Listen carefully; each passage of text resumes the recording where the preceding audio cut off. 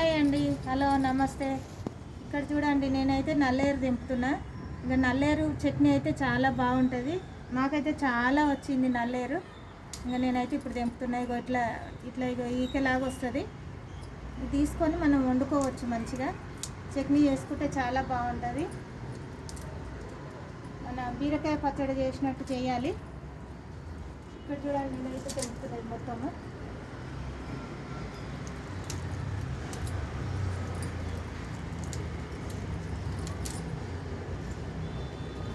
చూపిస్తారండి నేను.